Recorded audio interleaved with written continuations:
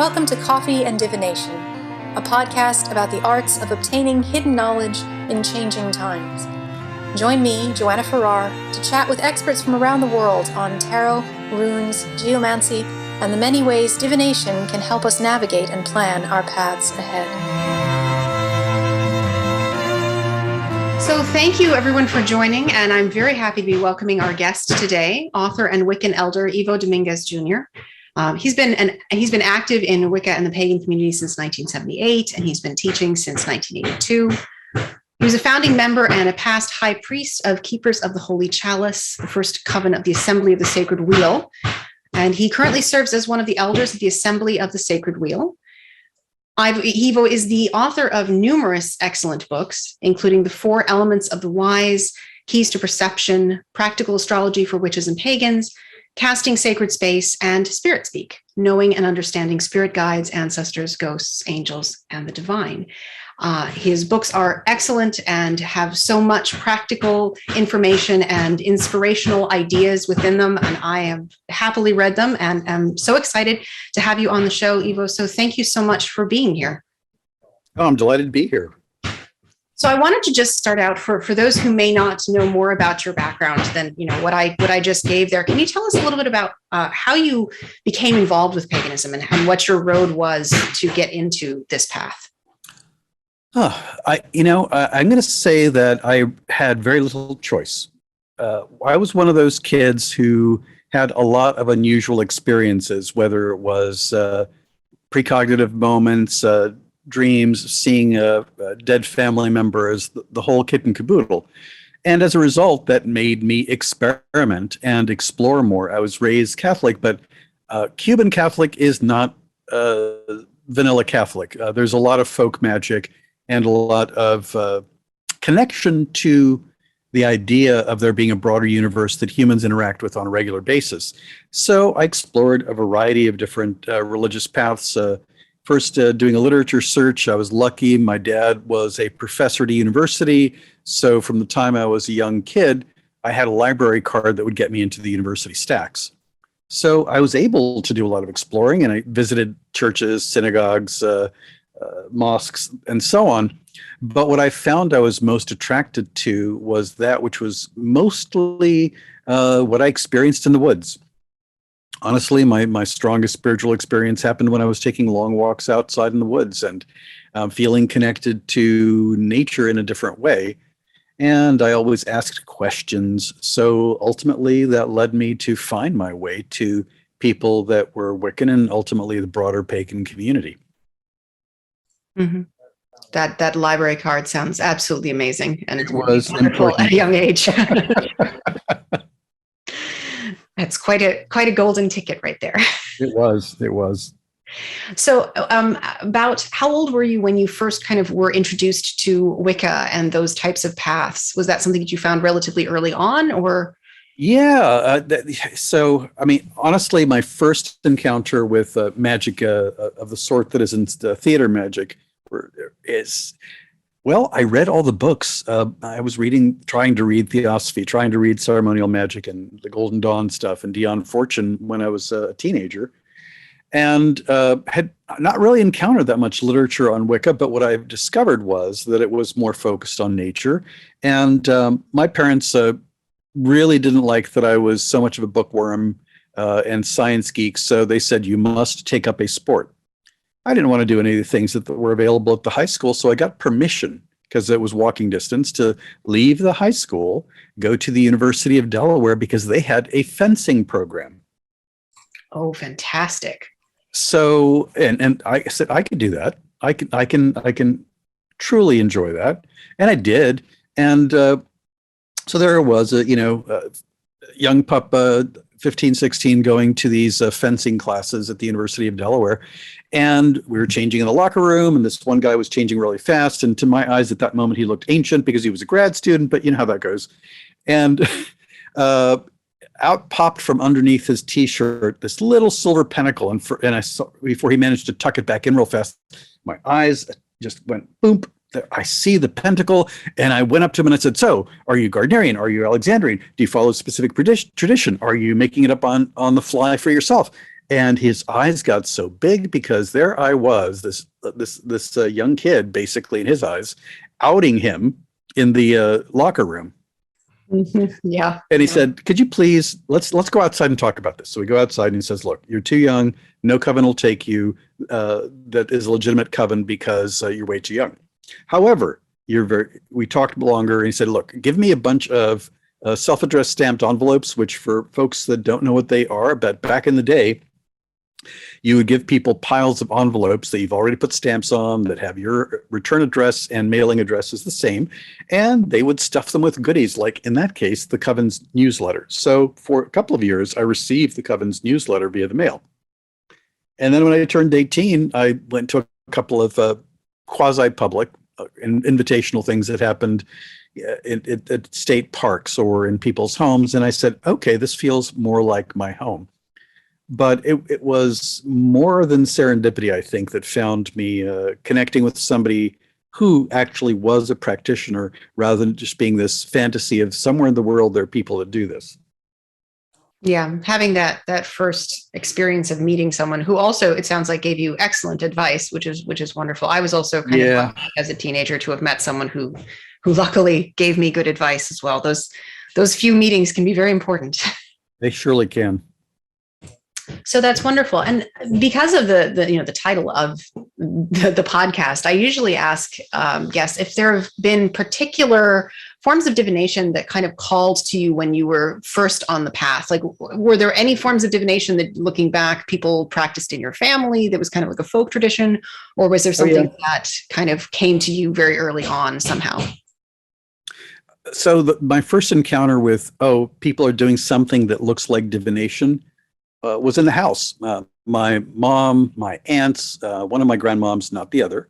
One grandmother was very, very Catholic, of the sort that you're not going to touch any of these spooky things, and the other was, let's do all of them. But as I asked, because I kept seeing glasses of water with egg whites floating in them, and something that almost all the women in my family did was they would crack an egg and separate out just the white, dropping it into a glass of water, usually a wine glass or a chalice-y looking thing, and they would blow on it and then come back an hour later or the next day, and they would scry to see what the shape of the egg white had turned into, as a way of finding an answer to their question. Absolutely. And it was a variant of something. Go ahead. You had a question?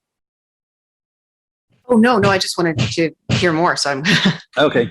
So, and I asked about it, and because I had an encounter with eggs in a magical way at home prior to that, because there had been a couple of times when I'd had a boo-boo, or when I was a real kid, tiny kid, or if I'd come home feeling off and my energy was a little bit disturbed. I'd had my mom and one of my aunts that would occasionally take a whole egg, uncooked, and it's still in the shell, and they would rub it across my body in different places, across my head, across my arms, across my legs. Then they'd crack it and put it into a bowl, no water, just the egg in the bowl, and then they would look at it to try to decide whether or not I had a cold or somebody had given me a little dose of the evil eye. So I had seen the eggs being used to divine whether or not something was spiritually or energetically wrong with me, or I had seen them also being used as the method by which to remove problems. But the egg white thing, and they did it almost any time of the year, though officially I was told that they preferred to do it I'm going to call Bridget or Imbolc, but they preferred to do it end of January, beginning of February was the prime time to get a reading on what the year was going to be like. Very interesting. Is that a practice that you've continued? I did for many years, and then stopped. And I recently started doing it again out of necessity, because I live out in the country, which is lovely, and we have a big garden, and we have bees, and we have chickens. And normally having lots of chickens is wonderful because there's enough eggs for us, and also we give away dozens of eggs to our friends and family and so on. But during the COVID era, the last 2 years, we've not been giving away as many of the eggs, so we're drowning in eggs. So in addition to eating them, I've also started using some of them again for divination.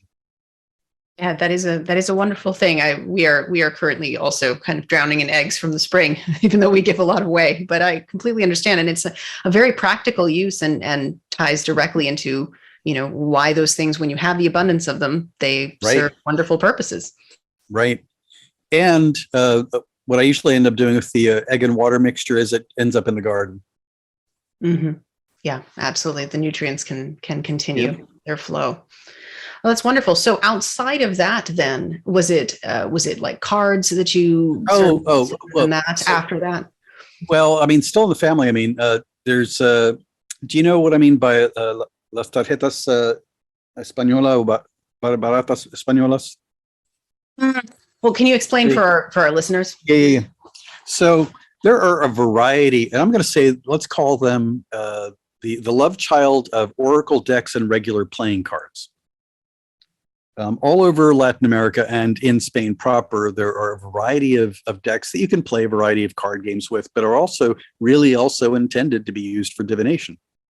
Mm-hmm. So I did see family members, especially some of my cousins that, they're currently living in New York City, use them to answer questions to simple things with just pulling one card or a couple of cards. But I didn't see anybody in the family do tarot. Tarot somehow was considered spooky, ooky, and considered potentially contaminated with some kind of evil connection to the dark side of things, which I found fascinating when they were using cartomancy of a sort and using other sorts of divination, candles, eggs, whatnot. And I always got in trouble when I was a kid when I said, doing all that stuff with saint statues and candles and water and burying saint statues upside down in the garden, and you guys are doing magic. You're complaining that I'm looking into scary stuff, but I'm saying what you're doing is not any different. Oh, and how did that go over as a statement? Oh, so not well. So not well. I can imagine a little bit, though. Of course, I agree with you, obviously, but when your 12-year-old kid says, "Mom, you should stop torturing the saints." Yeah, there's a slight difference in tone, shall we say? Though that's I knew what they were doing, but I'm looking at their symbolic actions, and I'm going, it's like, so you're basically threatening them until they cough up. Now, mind you, that's not true for all. There are plenty of times that there were a bazillion little prayer cards and all other alternate forms of connection to try to get some help. But when those didn't work, there was often a little bit of muscle applied from a spiritual perspective. Mm-hmm. Absolutely. Well, that's very interesting. That kind of ties into some questions I wanted to ask a little later, but I will save that. So, before we go any further, in Keys to Perception, you talk a little bit about the differences between divination, prophecy, and oracular work. And I think defining terms is always really important because we can all have very different associations with what those words mean. And it's, how do you define the differences between those and what those categories are? And I'm going to say, I like to make up my own definitions because there are no adequate words available, or there's words that are used so many different ways they lose any specificity. But when I define something, I'm offering it in the spirit of, this is a useful tool for me to see it this way. I am not saying that anybody else should adopt it unless it rings true. Mm-hmm. Anyway, but so here's the three categories. So for me, divination is like a weather forecast. You have received information that allows you to conclude that the most probable things that are going to occur in X span of time are this and such. In other words, it is where the future is flowing in that moment if things remain as they are. And divination can be useful. It provides really direct information about what's going to happen and how probable something is, and perhaps may give you some clues as to what are the forces or forms that are creating the pattern that are going to lead to those things. But for the most part, when I see people giving readings, and often when I give a reading, it's not divination anymore. It crosses the line into prophecy. And I picked that term because I like the phrase self-fulfilling prophecy, because I think that to a degree, all divination that leads to a change in the direction of things is self-fulfilling prophecies. Prophecy for me, is about choosing the best possible timeline, the best possible outcome of the 5 forks in the road coming up in the next, set of days or weeks or months.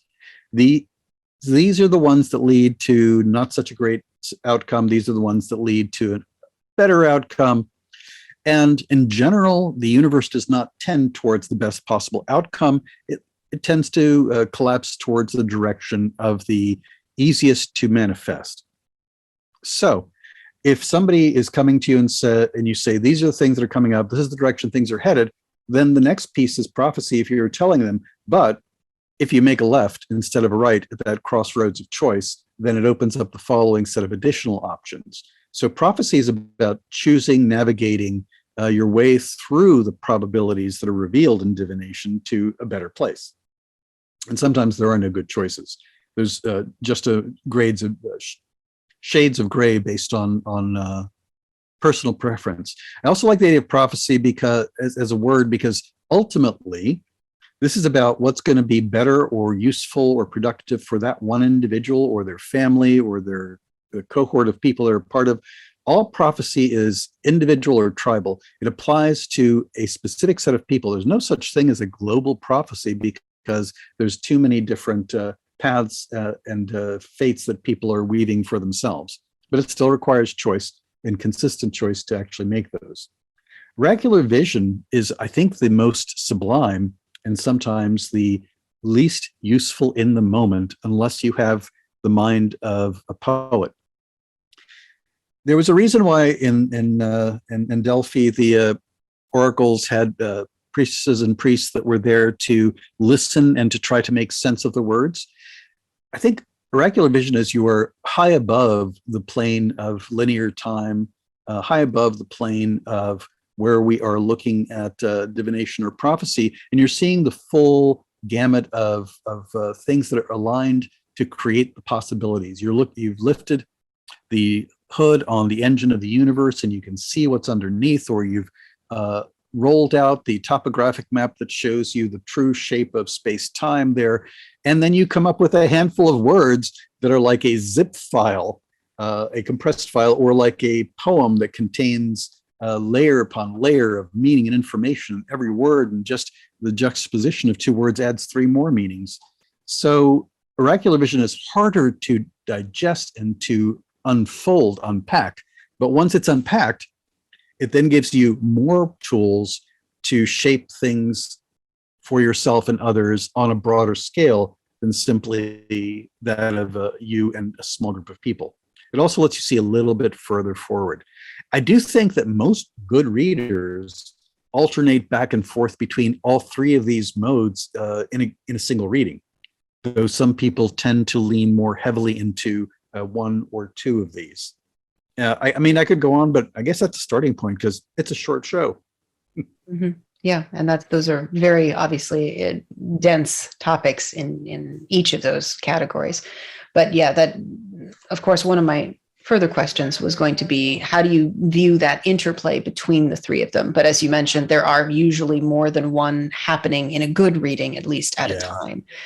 But then how do you view the concept of like possession, or where, just kind of skipping ahead in my questions a little bit, but I think it comes up right away, because if we're immediately talking about Delphi, or, and those types of oracular visions, then those were seen as more directly like inspired, shall we say. How do you think that kind of like inspirational, like possessive work fits into those categories? Is that something that is, you think, in that sense, much more separate, or do you view that as sometimes kind of edging in regular readings?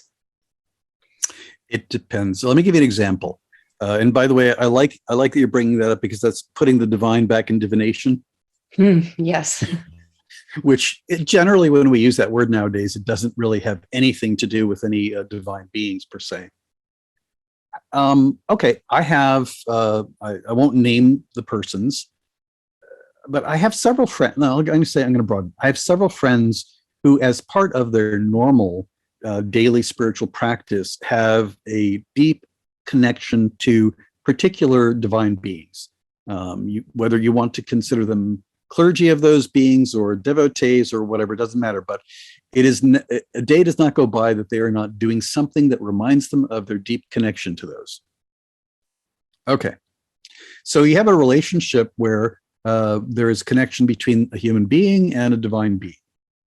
And let's compare it to those things which we know, human affairs. Let's say that you were with a very dear friend at one of those hateful things we call a party where you've been hired to do readings for everybody. And you're there and your friend's doing the readings, but you can see that they are fading a bit.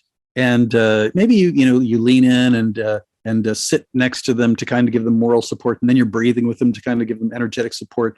And then you feel like you start to kibitz, and maybe you say a word or two when they're faltering, trying to find the words.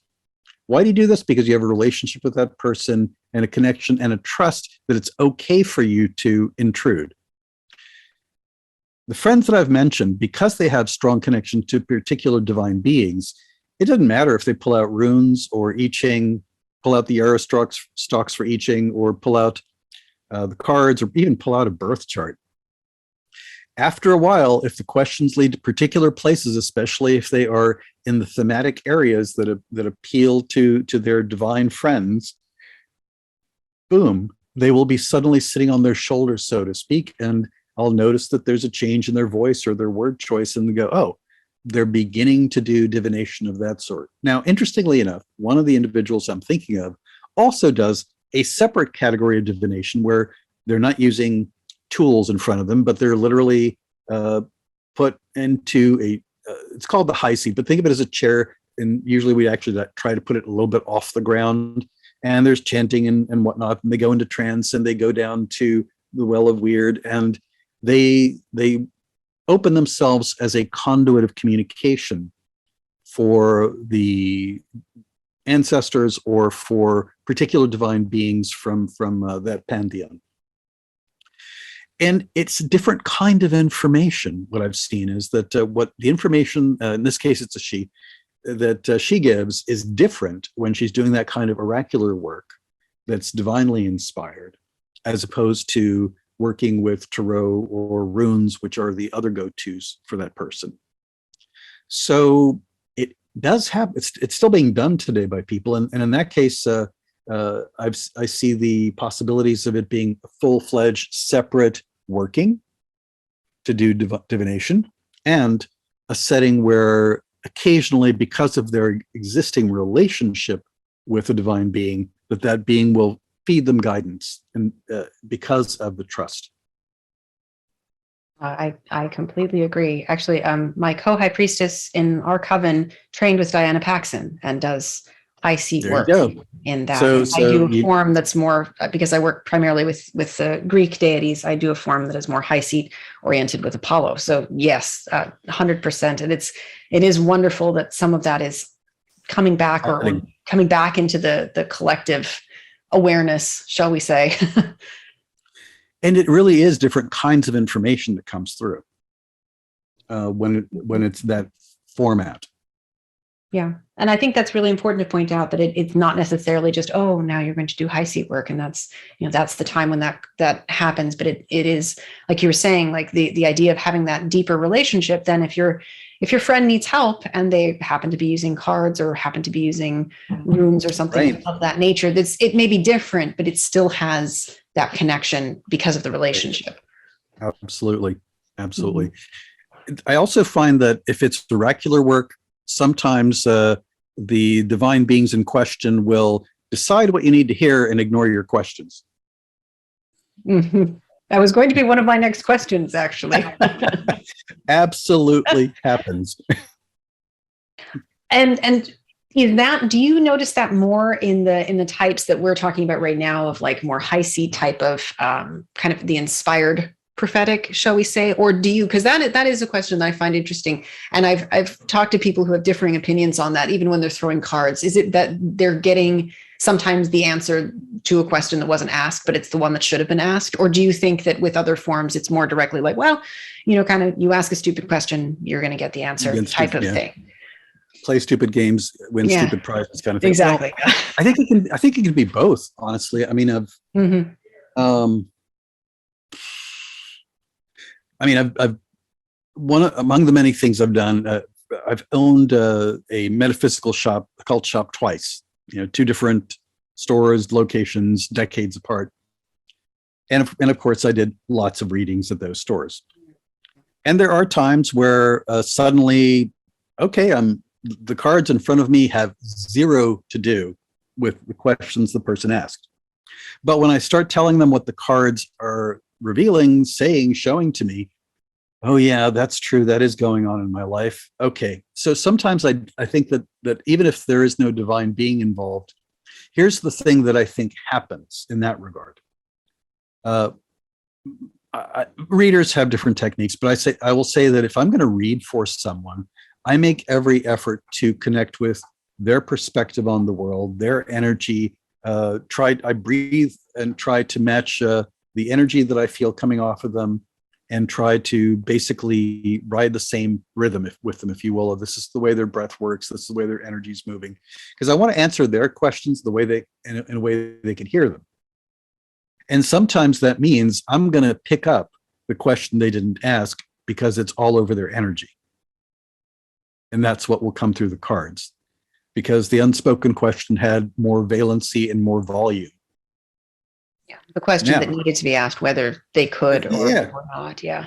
But it was a question in their mind or in their heart. Somewhere in them, that question already existed. Whereas I've seen with divination that involves a divinity, that they're going to bust out with information or with suggestions, or in some cases marching orders that weren't even anywhere registering within that person until the moment they came out. So in that case, I think that that's because they're viewing that person's life from such a broad perspective, or a perspective that includes a bit of the past, a bit of the future, and also to the left of me and to the right of me, the things that could have been, should have been, might have been.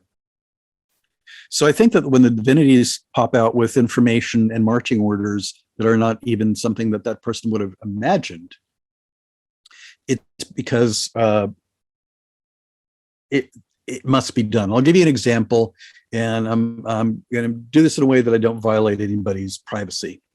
But since you mentioned high seat work and safe work, I was at a ritual because I was one of the warders, and person that was on the high seat, the person,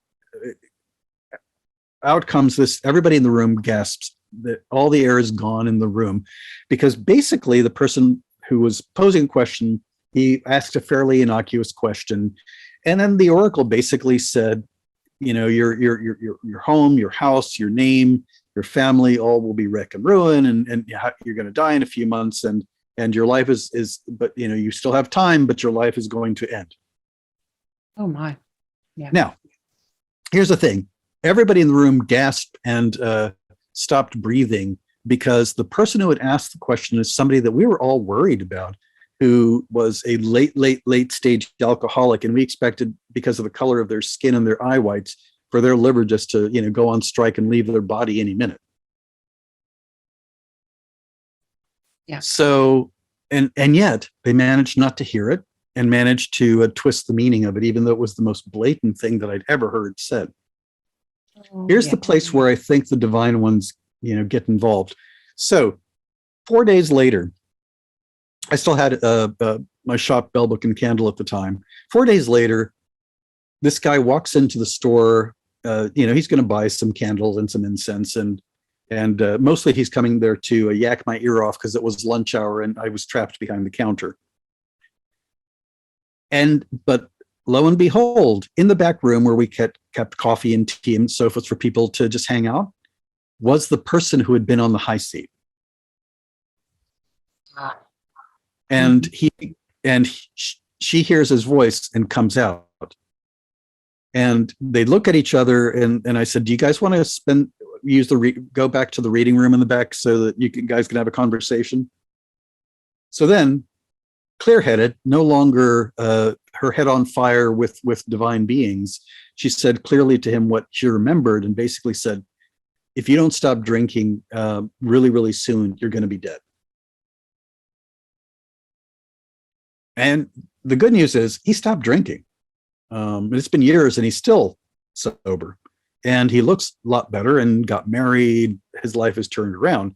But I think that the divinities arranged it was unusual for both of them to show up at the store at the same time. They don't even live near each other. And it was not the habit of the person who did safe to come hang out at the store at lunch hour. So I think that sometimes when the message comes through in a setting that's led by the divine beings, that there are follow-up sessions that are not official. But that that divinity or the divine has seen fit to add on as needed. As needed.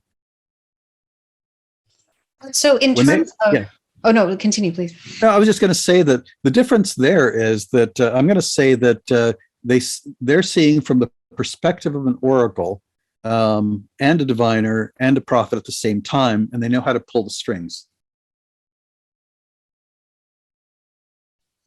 Yes, absolutely. And therefore the technique is there on a number of different levels. Yes. So with that being said, how do you determine if someone were to come to you for a reading, let's say at your store when you had that, what were your methods that you particularly went to? Was it mostly cartomancy? Did you go mostly to astrology or to a combination, would you say? Oh, golly. It really depended upon what the person wanted. I mean, we did have people that also did readings at the store and we could arrange for it. But sometimes people didn't want to wait for an appointment. They're there, I'm there, I need a reading now. Okay. So I would basically determine if what was the person going to believe? Because there's some people that automatically, no, I only tarot because that's what I know that those work. Or no, I don't want you to do that. I want you to get out the runes. Or no, I want you to do my chart. So sometimes the question of if they have a belief in the way that the reading is done, which seems like an odd way to start, but honestly, I don't want to spend time trying to convince them that the method I'm about to use works. I mean, there was one woman who used to come in regularly with her photo album of her kids and grandkids because she wanted me to, tell things about what's going on for their lives and does she need to watch out for this one and so blah, blah, blah. And in my head, I was like, okay, I don't really need the photos for the way I do stuff, but you're going to feel better if the photos are in front of me while I'm pulling the cards, aren't you? Yeah. So it's a question of making them feel comfortable and buy into the method. But if somebody tells me I'm starting a business, I'm making plans, I need to know what it looks like for like the next 12 to 16 months because I think I've got enough money for 12 to 16 months without making a penny, blah, blah, blah, whatever. And if they say something like that, I'm going to say, you know what? I can do this a variety of ways, but I think you'll be better served if I give you an astrological reading. Yeah. Why? Well, if you were asking me, do I hire this person or that person to be my manager? Then I'm going to pull out my cards. If you're asking me what's going to happen month to month for the next 14 months, I want to do the astrology because it'll be more accurate for that purpose. So I also ask the question of myself, what is it that is going to produce the kind of information that they're looking for or guidance? And I think the cards are or the runes are very quick and direct for a variety of things, but I'm going to compare it again to the idea of a weather forecast. There's a limit to how far forward before you begin to lose granularity and resolution. Mm-hmm. Yes. But astrology, it doesn't matter how far forward we look. Those are the energies and those are the influences that will be at play. Now, you still make choices about how you're going to use or not use them, but it's a much more accurate thing for what's the environment, what's the setting. And for in the business that I'm thinking of, I'm not going to, this is the other thing. I really believe it's really important to do the confidentiality thing. So I am editing my stories on the fly so that I'm not revealing anything about anybody's story. So that for the business they had in mind, when I was, did a couple of charts for them, it really was valuable. And there was, that led, by the way, to this guy paying me a retainer so that anytime that he had a bunch of things that were coming up, I could crank out a couple of quick charts and give him the lowdown on what the real estate market was going to be doing in the place he was in. Anyway, but it depends on the nature of the question and the person's needs, and that determines it. And sometimes I'll say, look, depending upon what I'm feeling, I may do all three or all four, or I may just close my eyes and see what shows up on my inner screen and then tell you what I see. Yeah, absolutely. I want to have you back on to do hopefully an interview that is more focused on astrology and your thoughts on that and the Sure. book that you wrote on that, which I think is fantastic. But I feel like that's an even longer conversation. Yeah, it is. It really is. But that's very true. And it's both that interplay between what people can hear, what they're going to be able to respond to, but also what's needed for the moment. And so you would say that for more like time related questions, you then, if it's something that has to do with a longer time scale, that would be when you would be looking more at astrology versus the other forms, basically. If it's a long-term project a person has, then absolutely. Because I can tell them, let me give you an example. If you look at where Saturn is in the chart by transit, in other words, if you take your birth chart and look and see where Saturn, which house Saturn is in the heavens, when Saturn is close to the top of the chart, you are in the public eye. You can make great progress forwards. In power and opportunities abound.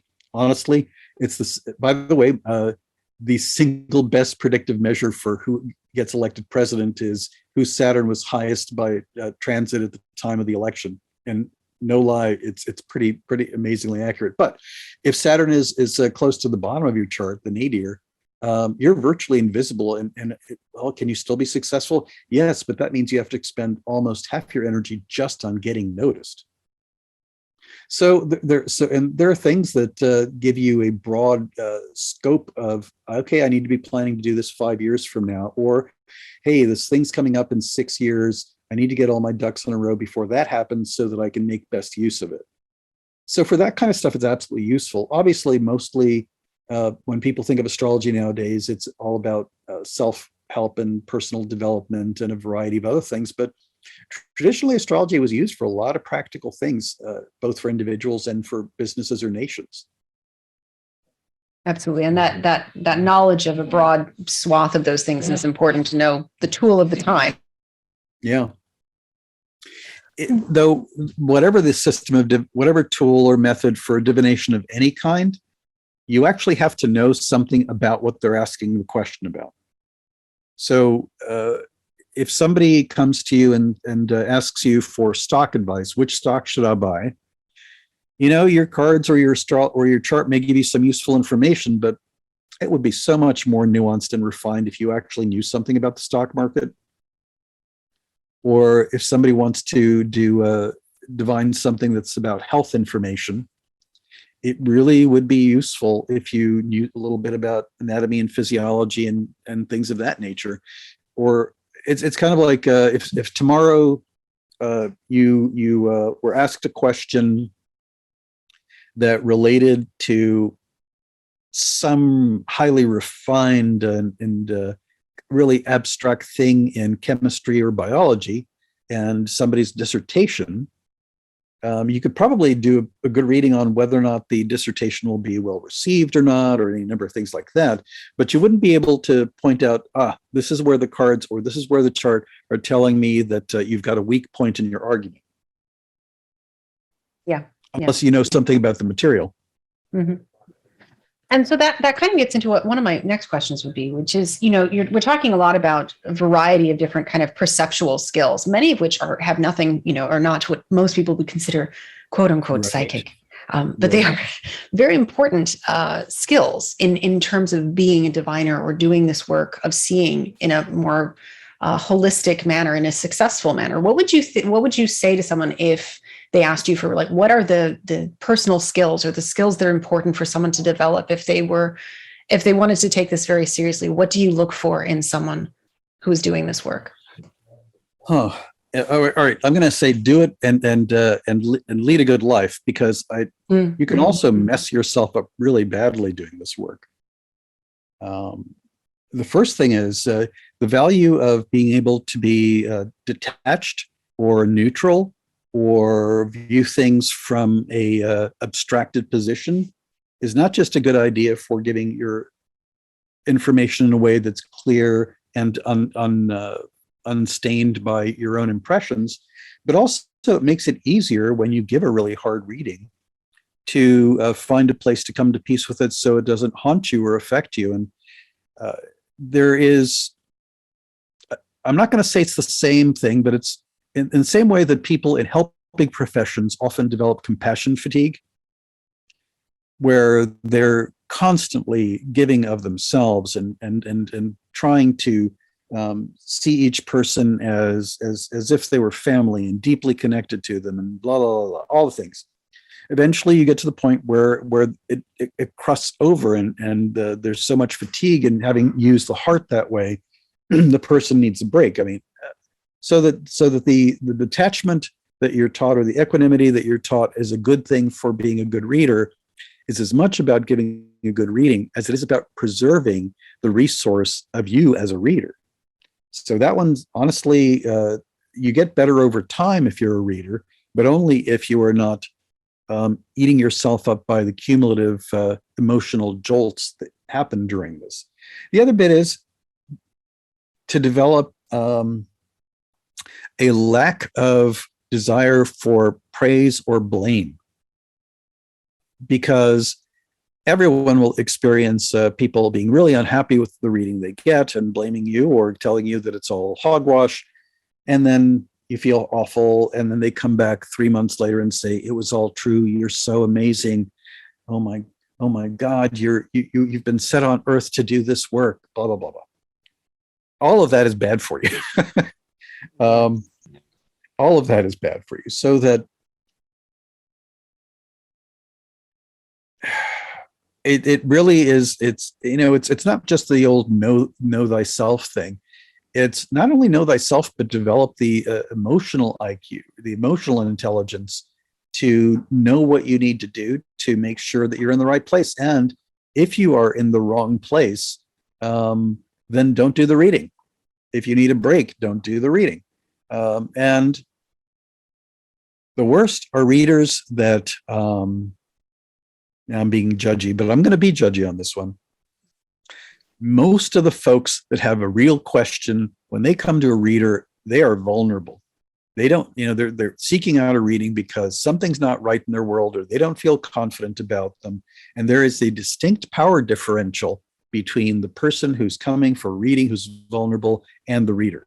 And I'm just not talking about the blatantly obvious stuff of where readers that take people for significant amounts of money or string them along with a variety of different things. But if you allow yourself to feel too good about having somebody there who needs you, that's a particularly problematic thing as well. I don't know, really, a lot of this is really about learning to be a better you so that you can be a better reader. Absolutely. Yeah. Yeah. And I think what you bring up, because sometimes people say that, of course, like the whole being able to be a little abstract in order, to serve the reading better. But I think it's very important what you bring up of how it's also to make sure that you are long-term, healthy within yourself, because otherwise Right.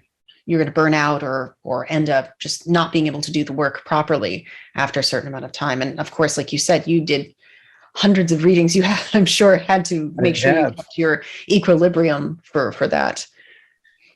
and learning to say no. Over time, we had a list at the shop that were basically the no-fly list of, if they call, they can't schedule a reading with me. Yeah. If somebody else who's doing readings at the store wanted them, that's fine. And I've told the story to a couple of folks, but there were also a couple of times when I'd say schedule them for their last reading. And this was usually people who I felt were making me heartsick. More often than not, they fell in the category of people that would not leave an abusive relationship or something similar. And every reading was about the same thing, and I'd give them the same information and how it was going to get worse. And they come back a few months later. So, there are also readings, and this is for my sanity as much as anything. I can't read for you anymore. This will be a free reading. This is what I see coming up, because I've given you the same information again and again. And if you want, before you leave today, we can go in my office. We're out front with Darlene, and we can call people, and we can try to find you resources for an apartment to move to, or a place to stay, or whatever you need. So there are times when it reaches the point that my only way out of the relationship with the person who's a regular is to refer them out to better resources, which are not necessarily other readers. No, absolutely. And it's that, as you say, that also then has to do with your own self-reflective capacity to say, like, even if it's nice that someone wants to come back to you over and over again, you have to know whether that's really still serving the person or not. And if it's not serving them anymore, then yeah. then it's time to try to send them to somebody who might. And if nothing else, you've discharged your duty of trying to do right by them. Very honestly telling them what the situation is from your perspective, and not dragging it out in a way that is maybe not healthy anymore. I think that's a really important point. And I think that ties in a little bit to, how do you view the line between interpreting? Because it's always interesting to me how people view the whole, how much is your responsibility as a reader for interpretation, and how do you deal with that, especially when people come for very intense reasons to a reading, right. And it can kind of almost tinge into like counseling in some sense. How do you view that line with clients or people that come for readings? Well, I mean, in the best of all possible cases, you try to convince the person that you're just providing them with options, and that you're basically doing the active listening role of helping them think out loud. So here's what the cards say is coming up. Here's what the chart says is coming up. And here's some things that are key moments that are right around the corner. What do you think you want to do about them? I think the more you encourage, at that point, it's quite a question about encouraging them. And sometimes I'll actually say, so was that useful or not? And sometimes the answer is like, no. Okay, let me pull some more cards with a specific question of, show me in 3 rows of 3 cards. Each of the rows is actions that you can take in this particular problem.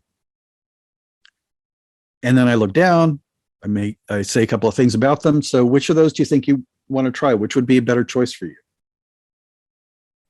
Yep. Now, it depends, but I try to encourage people to become active in how they will respond to the information, rather than waiting for the otherworldly being that is the seer in the back of the store is going to tell them how to solve their problems. Yes, absolutely. That going into having to do some work after that. Otherwise, it's just purely entertainment or information that's not put to use.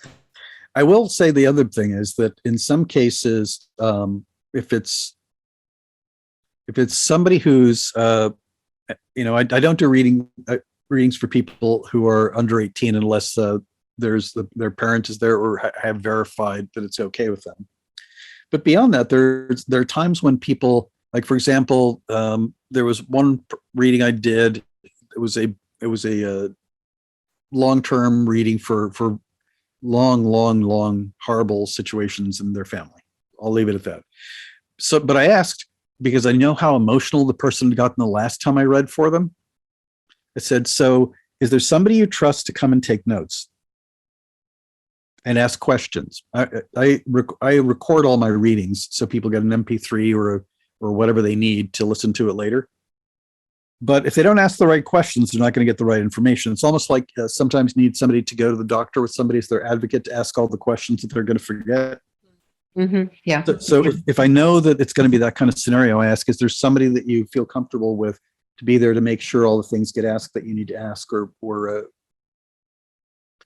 and I honestly found that was also a way of triangulating it so you could encourage the person into action because you then have somebody else they trust in the room poking at them and encouraging them. Yeah, absolutely. And I think one of the things that to kind of switch gears a little bit, I Sure.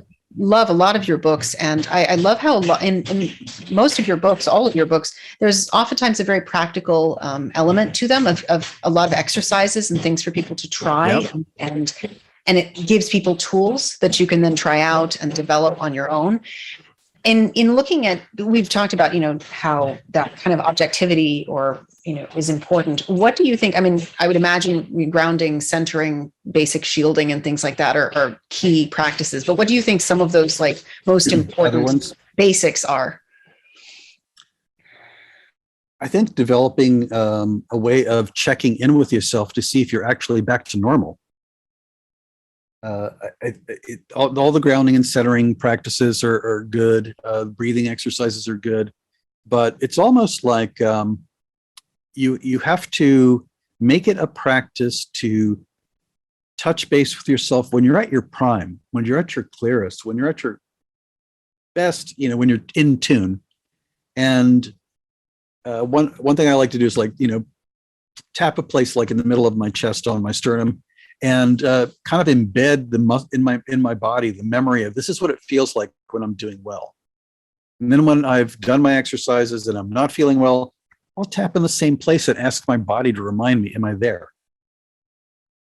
It's a small little thing, but it makes a big difference. Or if I've used my tarot cards and I've just done a really intense reading where I'm probably going to be cleaning the energy in the room with incense and salt water, I'll also pull out the cards and I'll return them to their factory settings. And I'm using it in a joking way, but I will put the major arcana back in order. I will put each of the cards back in order in each of the suits. And then I will fold the four suits and the major arcana back together. And so that basically I look at each card for a moment and put it back into its place. I remind it of its natural order within the structure of that particular deck to basically erase the pattern that just was and reinforce my connection to that deck and that pattern of this is the natural order of the deck. So rather than toning over the cards or smut or holding them over incense or whatever, I basically use the natural order of the deck as its natural order. So I will use that as a way of returning everything back to its clean and pristine state. Yeah, absolutely. And allowing it to sort of come back to its other natural state in that way. And it also makes me go through a process that I have to actually look at each card and put them back in order, which is also a different kind of reshuffling of all those things within myself, because each of those cards represents things to me. So it's like finding everything in me and putting it back into its box. The proper order for all things. Yeah. Mm-hmm. Yeah. And I was wondering, are there particular practices, I mean, that you can share? Obviously, this may be too personal question, but are there any protocols or things that you find particularly helpful to you before you begin to do readings for people? Or does that depend kind of on the type you're doing or the context? So are you talking about reciting a hymn to Hermes or Apollo, or prayers to a certain day? You know what I mean? Something of that nature. Yeah. Okay. I work with and highly respect a variety of different divine beings though I'm not specifically committed to any one. Though I will say that there are a handful that I spend more time with than others. But so part of it depends on what the work is going to be. Let's say that if I'm going to be doing a whole day of readings, or then I have a caduceus that I use, that I only wear when I'm doing particular kinds of work. This will make sense in a moment. I only wear that piece of jewelry if I'm going to be doing like a whole day of reading, which sadly I used to do occasionally, or if I'm performing a funeral. I do it for or a seance. I mean, I do it for psychopomp work or for readings. That's when I wear that particular piece of jewelry, and that's when I will, depending upon what I'm actually feeling that day. It may be Hermes, it may be Mercury, it may be Thoth, which are variants on a theme. But I also honestly I called upon Breed or Bridget, or whichever name folks know her by, if I was going to be doing a life reading for somebody with their chart. Why? Because she has the quality of being a gentle healer. And if people are coming to you because they want to say, okay, show me the shape of the things that are built-in features and challenges in my chart and why they keep happening in my life. Okay, that requires guidance that has a little different kind of heart connection to it. So, I mean, but I will say Hermes and Bridget are often the ones I go to for this. If it's something highly esoteric and it's astrological, then I'm going to go for Urania, who's the muse of astrology. She's the official inspirer of astrologers. Mm-hmm. Yeah. So it depends, but I am pagan, so I do call upon them for help. And here's the thing: even if they don't show up, or I don't fall into trance or whatever, I have reminded myself that I'm connected to them, and I'm leaving the connection open and the portal open, the door open, so that if they see me in need, they can do something about it.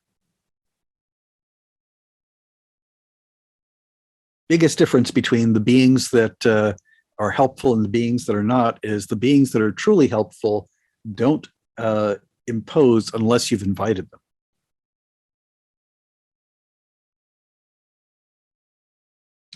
I do a lot of if I'm feeling awful, and I did feel awful a couple of times coming home from too many readings. And do you know what first night is? New Year's Eve thing that some cities do? Oh, yes. Yep. Yeah. So our contribution to first night, because my shop was in downtown Dover, smack dab in the middle of the family friendly first night New Year's Eve thing. So we would set up 4 or 5 reading stations, and people would plow through the store, and it would be free 3-card readings to as many people as managed to make it over the course of the night. So I usually did somewhere around 80 to 90 readings that night. And everybody else was doing some ungodly number. And you were toast by the time you were done. And because the shop was near Dover Air Force Base, depending upon which year it was, there were times that over half the questions are, am I going to come back from this deployment? Yeah. Yes, and that is the very intense end of what divination is for, is really to help people in very, very important and difficult questions like that. I can give you the hardest question. Now, this was a full-fledged reading, and it was with a customer who had come to the store for many years. And that one hurt me. I had to take a break from reading for a little bit. She had terminal cancer, and she had been fading, and it was crossed the line into I'm now terminal. And she asked me to do a reading for her, and she says, I don't care how much it hurts, which of the chemo and radiation options that they're offering me will let me live the longest, and I don't care about discomfort. because in her situation, she needed to live long enough so that her daughter would turn 18 and be an adult and not have to deal with her asshole ex-husband. Oh my goodness. And there are a lot of health things that I say I'm not qualified. It's not my job. Blah blah blah. Go see a health practitioner. But that fell squarely into the category of, okay, you're asking me which of these awful choices has you on Earth the longest, and you don't care how unpleasant it is, so long as your daughter gets out free. Yes, that's very different. If she was saying which one is going to heal me, or do I need to go to another doctor? Blah, blah, blah, I'm going to say I'm not a medical practitioner. However, if you're asking me which takes you down the road the longest because you want to protect your daughter, I can do that. Yeah, but it was bad. extremity like that. Yeah. Yeah, that's a different story. And that ties into one of the questions that I wanted to ask you. How are there times when you coach someone who's come to you about the ways that they might phrase their question, or what advice would you give to people about coaching or getting to the right type of question? Well, I do often do the parroting back and rephrasing their own question, 2 or 3 different ways, and ask them of those which is closer. So that's one thing you can do immediately. The other bit is the question that you're asking going to lead to options? Maybe not.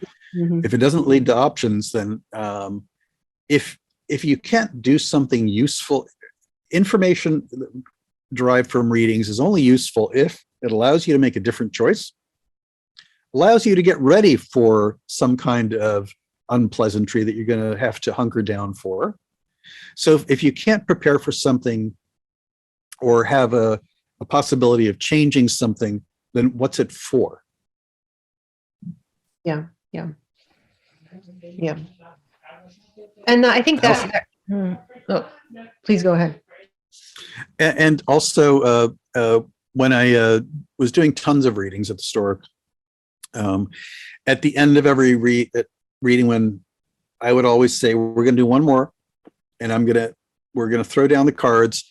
And the question we're asking is, what didn't they ask that they absolutely should have asked? Yeah, excellent. Now, sometimes I would look at them and say, okay, this is what I think you're needing. But 9 times out of 10, even if I had a sense of what I thought the cards were asking us to ask, I would have them look at the pictures. If they knew anything about tarot, I'd guide them through a little bit and see if they could derive their question. Because they'd be more invested. Mm-hmm. Yeah. And having that space, I think that space given so that there can be flexibility, and right. if there's room for that, so that you have some time to let, as we were saying, like the inspired prophecy end of it, of like, what here still needs to be said that hasn't been said yet. Yes. And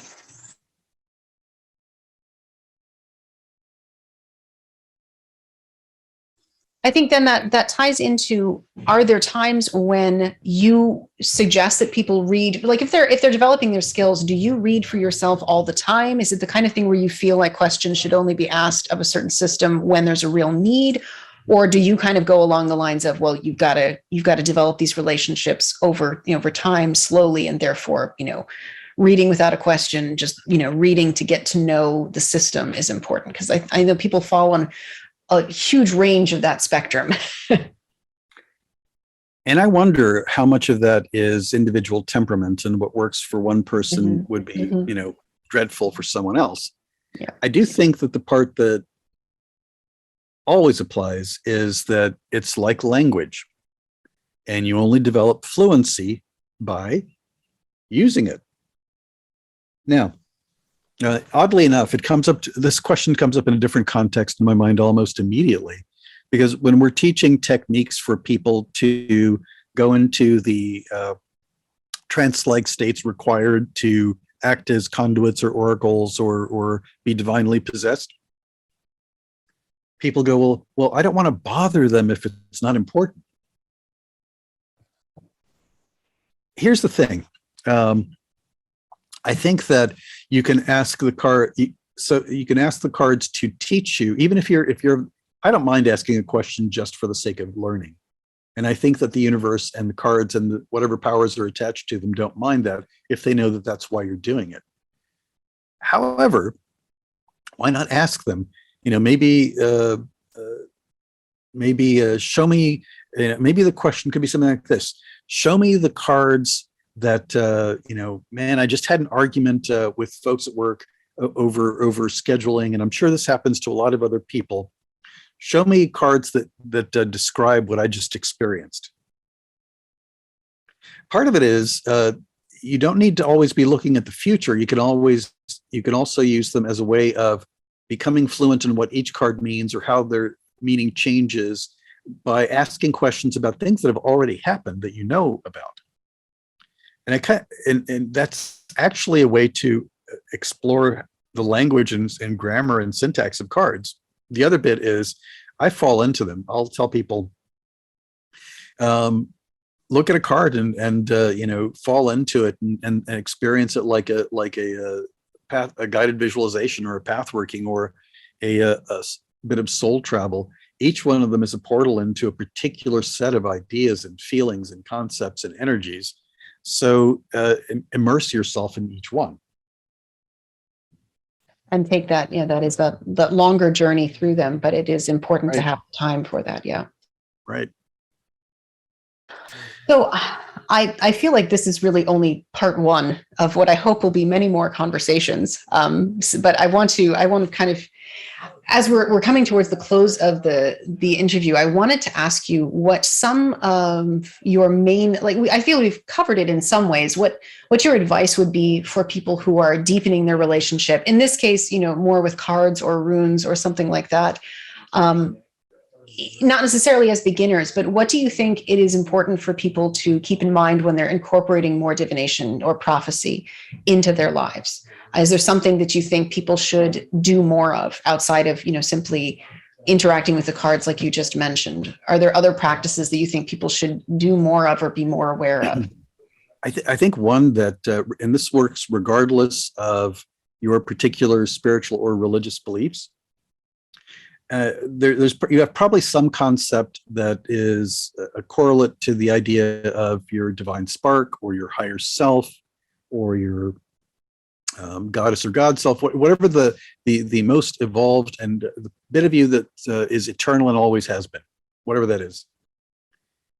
Man, how often do you actually engage with that for the purpose of this? I mean, it's one thing to call upon gods and goddesses, but calling upon the brightest and best developed part of you and inviting that part of you to be present and helping you in your readings. But to do that, you also have to spend some time communing with the different parts of you. Yeah, yeah. Well, and also I'm going to say the other bit, like calls to like. So when you engage the highest part of you, the most evolved spiritual part of you, then you are more capable of attracting the attention of the help that you need from divinities or spirit guides or whatever it is you work with. Yeah, absolutely. In order to have that attention in a respectful manner. Well, if you don't treat things with respect, the consequences are cutting off the relationship in two directions. You can potentially push away beings or that would be of help to you.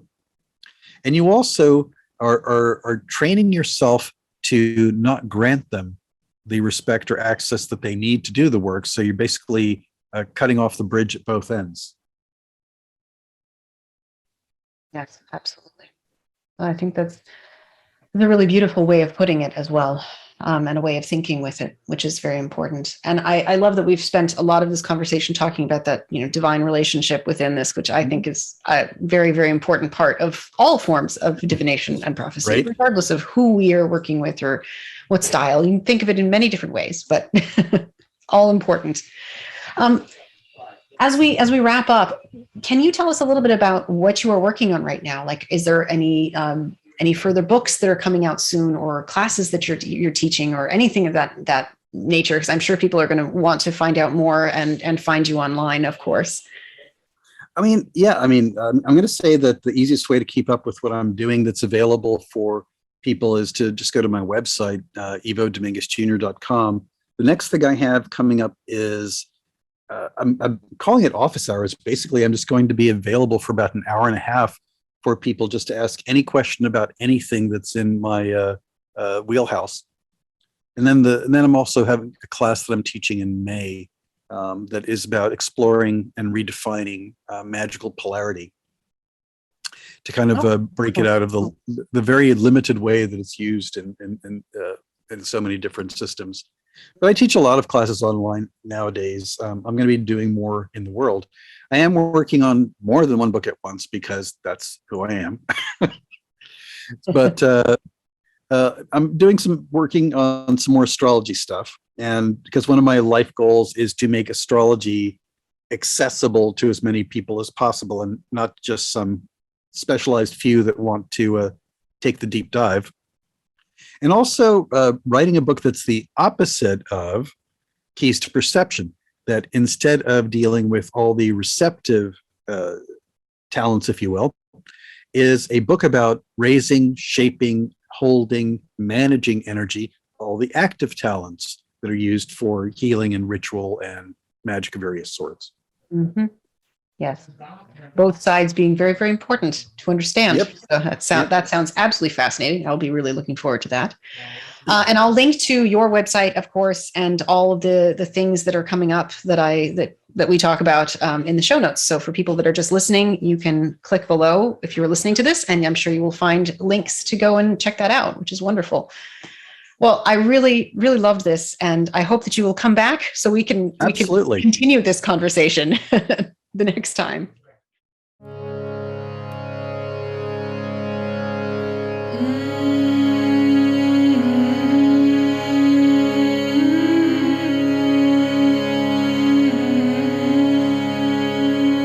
Black moon above, stars overhead. Don't you dare guide me back to my bed. The river is frozen, the pollen past.